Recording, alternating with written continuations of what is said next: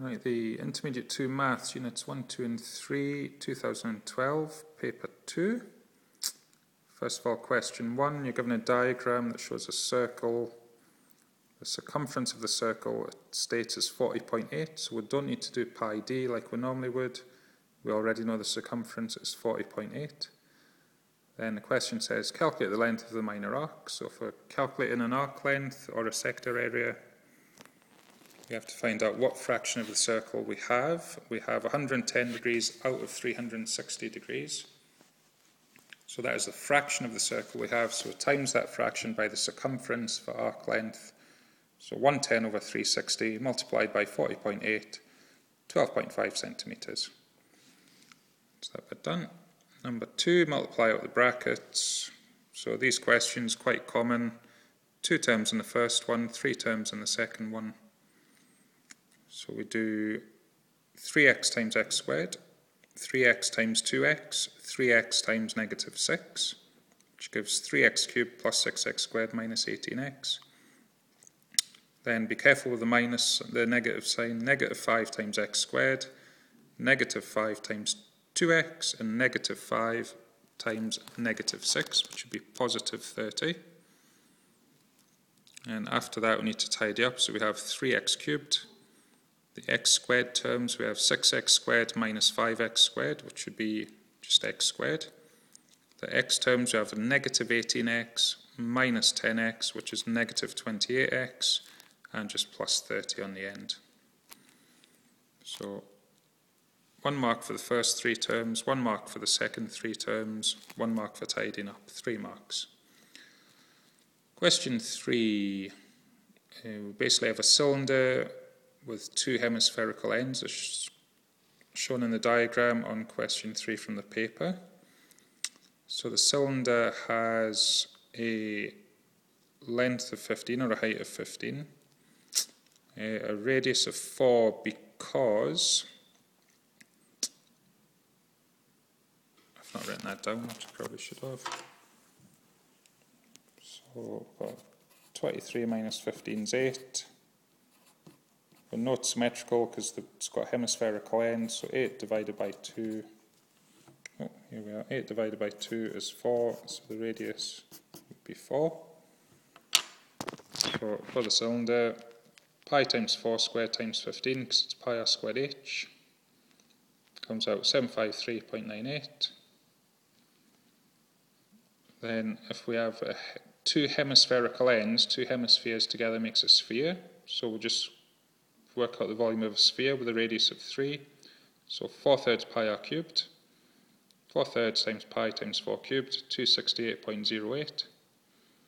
So the total volume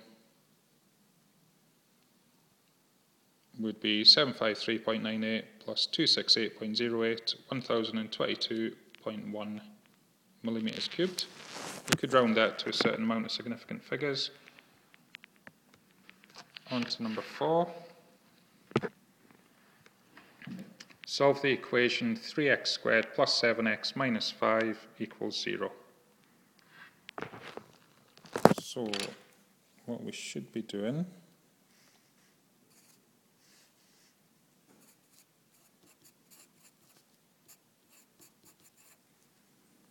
writing it down, just saying that A is 3, B is 7, C is minus 5. Should always do that at the start. Be very, very careful with negative signs. So it says solve to 1 decimal place. That's basically telling us to use the quadratic formula, substitute in the values. Remember, A is 3, B is 7, C is negative 5. Careful with negative signs in here. This is quite often where things can go a little bit wrong because there's quite a few negative signs. Just like your calculator, do it. So work out what's underneath the square root sign first. So it becomes negative 7 plus or minus the square root of 109 all divided by 6. So it would either be negative 2.9 or 0.6. Remember, we'll get 2 solutions because we do negative 7 plus the square root of 109. Divide all of that by 6. That gives this answer. We also have negative 7 minus the square root of 109, all divided by 6. That gives this answer. On to number 5. So basically given some data, it's referring to a 10-pin bowling team, but we're basically given 6 numbers, and we're being asked to find the mean and the standard deviation. So the mean, we add the 6 numbers, or the 6 data values together, find out the total, divide it by 6, that comes out as 116. And the standard deviation, 2 different ways to do it. I prefer to do it with a wee table. So put down all the values we're given. We subtract the mean from all of those values. So 134, take away 116, 102, take away 116, so on. And then, so that's x minus x bar. The next column is x minus x bar all squared. So remember, for squaring a negative, we always get a positive. If you're typing it into a calculator, put it in a bracket, then put squared after it. So squaring all of these values, we get these values, add them up, 1,334. So this is the sum of the x minus x bar column squared, or the sum of the x minus x bar squared column. Or in other words, the top of the formula. The bottom of the formula, the n minus 1, n is how many values we have. We have 6 values, take away 1, we'll get 5. Divide top by bottom, then square root the answer, 16.33.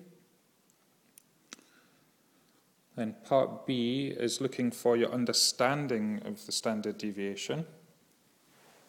So standard deviation gives us an idea of how spread out the values are. So this group has a standard deviation of 16. In the second group, the standard deviation is 12.2, and the mean is the same. The mean is also 116. So considering the 5 statements that are written below, the total of the scores is the same in both matches. Well, hang on. So and match 2 has the same mean but lower standard deviation, so the mean and the total are the same, and the scores are less spread out, again because of the lower standard deviation. So statements 1 and 4 are true. Statement 1 is the total of the scores is the same in both matches. And in statement number 4, in the first match, the scores are more spread out. Again, that is because the standard deviation is higher, so the scores are more spread out.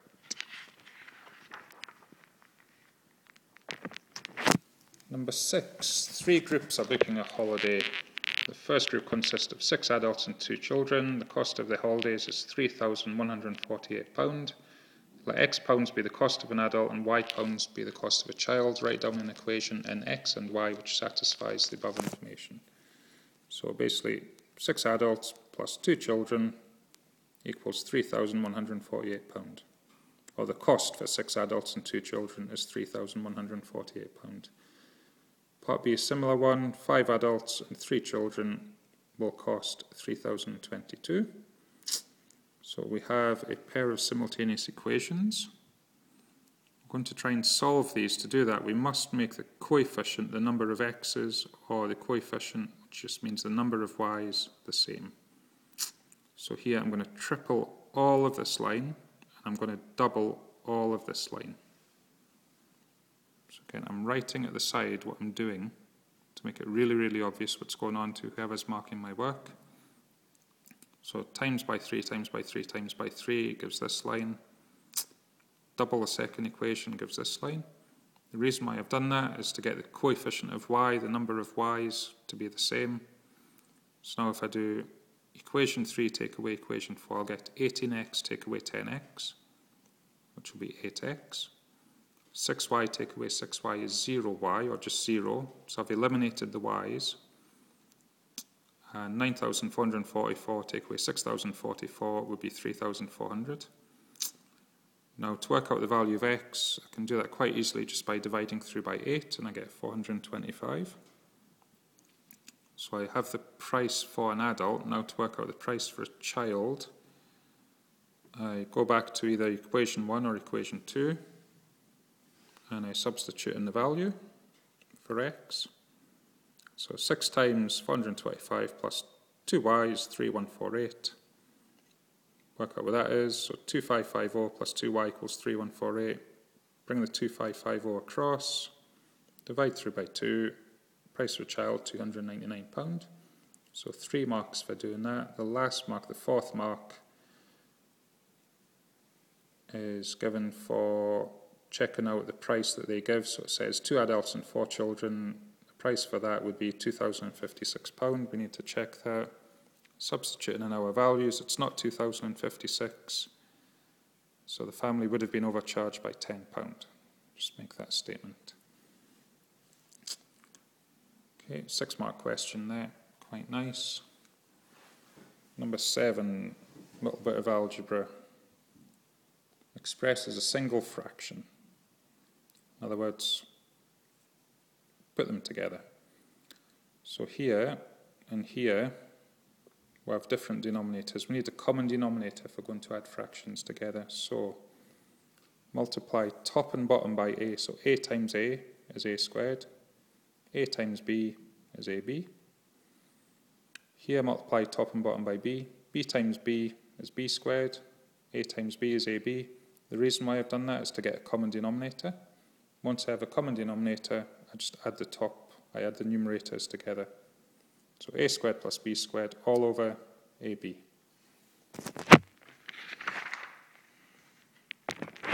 Number 8, trigonometric equation.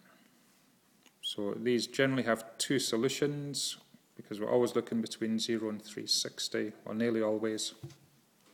Depends on the question they ask, but almost always. So we need to get 5 cos x on its own first of all. So bring the minus 3 across, divide through by the 5 to get cos x on its own. So x will be cos to the negative 1 of 4/5. So the way to work out that, find out which quadrants we're looking in, because it's positive. We'll have a positive value here. We're looking in the first quadrant and the last quadrant, so between 0 and 90 and between 270 and 360. So using a calculator, cos to the negative 1 4/5 is 36.9 degrees in the first quadrant, and the solution in the last quadrant, we do 360 minus that angle, which would be 323.1 degrees. Right, question number 9, rearranging formula. Need to get d on its own on the left-hand side. The first thing I'm going to do is I'm going to multiply both sides by d squared. In other words, just instead of dividing over here, bring it up onto the top on the other side and multiply. Now d's almost on its own, it's got an e next to it. I'm just going to divide through by e, or multiplying on this side, move it across and divide. So I've got d squared is I over e. Now to get d on its own, we just need to square root, because that's the opposite of squaring. So d equals the square root of I over e. Just make it really clear doing the square root of everything.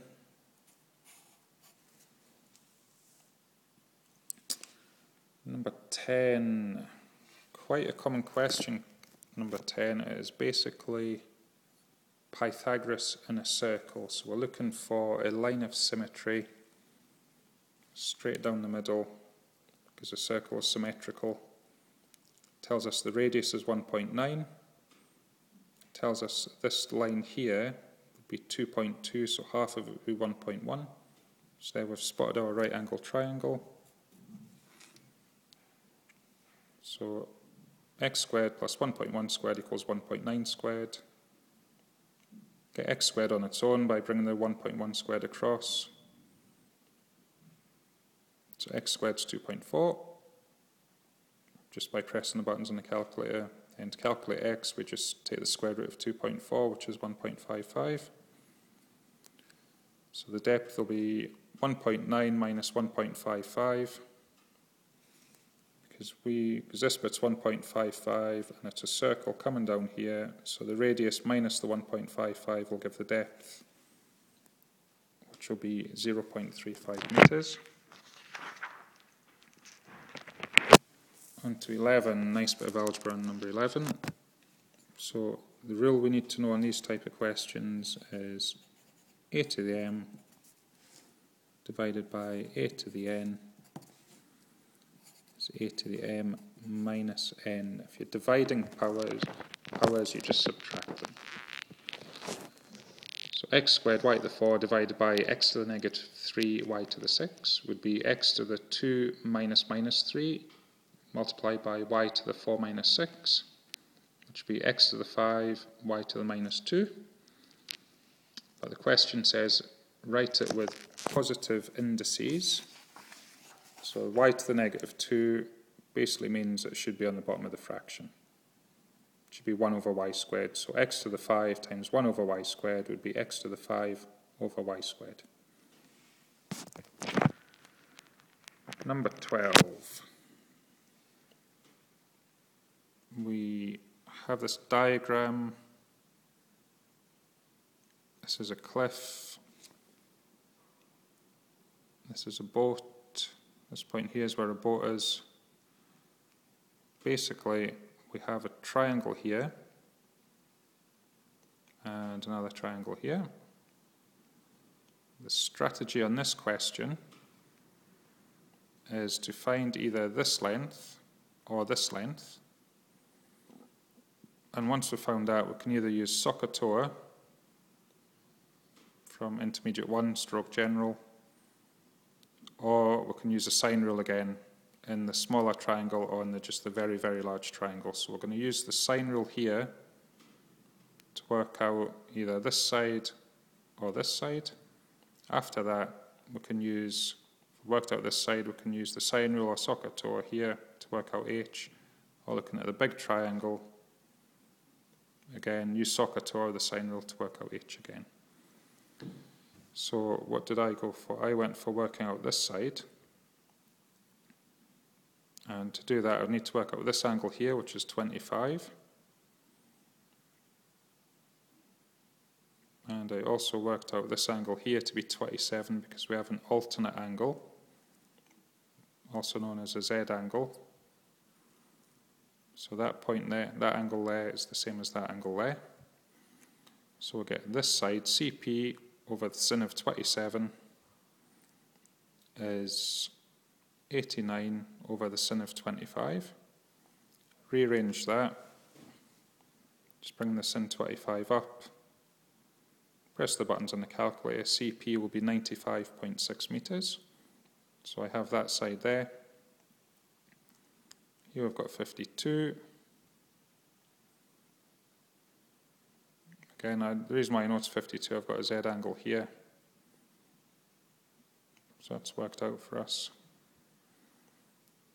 So CP over the sin of 90 will be H over the sin of 52. Again, cross multiply the sin 52. Press the buttons on the calculator, 75.3 meters. You could have used SOHCAHTOA in this part, but instead of using SOHCAHTOA, you can use the sine rule. So how did I know it was a sine rule for this part? It was two sides and two angles that I knew. Well, I knew two angles, I knew one side, I wanted to find out the second side, so it involved two sides, two angles, so it was the sine rule. If it was a cosine rule question, there would be three sides and one angle in the question. Number 13.